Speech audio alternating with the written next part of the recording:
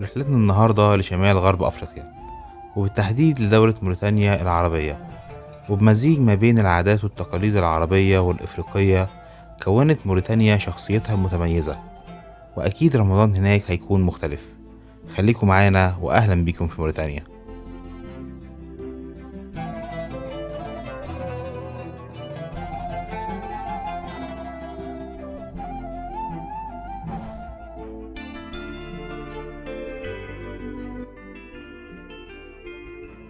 قبل بداية شهر رمضان تقريبا بشهر بتتملي الأسواق العامة لشراء المواد الأساسية من السلع التموينية المستخدمة على موائد الإفطار.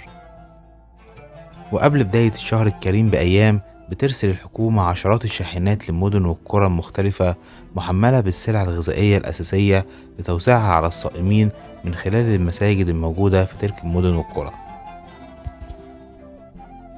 وبتعتبر زغبة رمضان من أغرب العادات وأشهرها في الشهر الكريم، وهي عبارة عن حلق الشعر للأطفال وبعض الكبار أول يوم رمضان علشان يتزامن نمو الشعر للأطفال من جديد مع نهاية الشهر الكريم، وبيسموه شعر رمضان.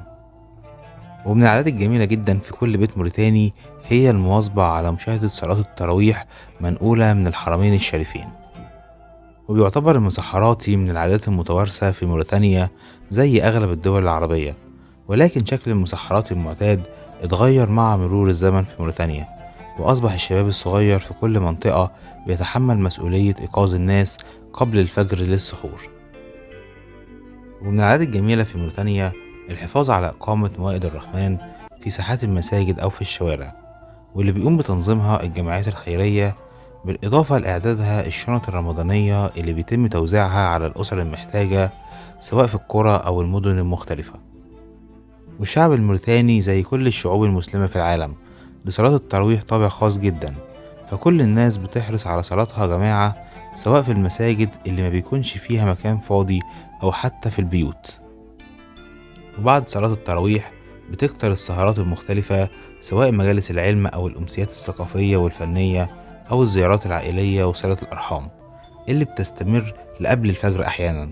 وبتعتبر ليالي المديح أشهر المهرجانات التراثية الموريتانية خلال الشهر الفضيل. وبالنسبة للمائدة الرمضانية في موريتانيا، فمع أذان المغرب بيفطر الصائمين على التمر مع الشوربة الساخنة، وبعد كده بيصلوا المغرب سواء في المساجد أو البيوت، وبعد كده بيشربوا الزريك، وهو عبارة عن عصير بيتكون من اللبن المجفف والمية والسكر. وبعد كده بتكون وجبة الإفطار الأساسية واللي بيختلف وقتها عند أغلب الناس، فبعض الناس بتفطر بعد المغرب على طول، والبعض الآخر بيأخرها لبعد صلاة التراويح.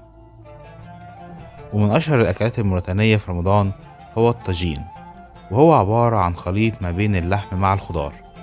وبعد الفطار بيتم شرب المشروب الرسمي في موريتانيا وهو الإيتاي، اللي عندنا هو الشاي العادي بالنعناع.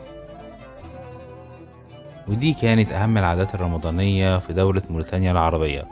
أتمنى تكون الحلقة عجبتكم، وما تنسوش بقى اللايك والشير والسبسكرايب لو أول مرة تنورونا في القناة، واستنونا في حلقة جديدة، وشكرا.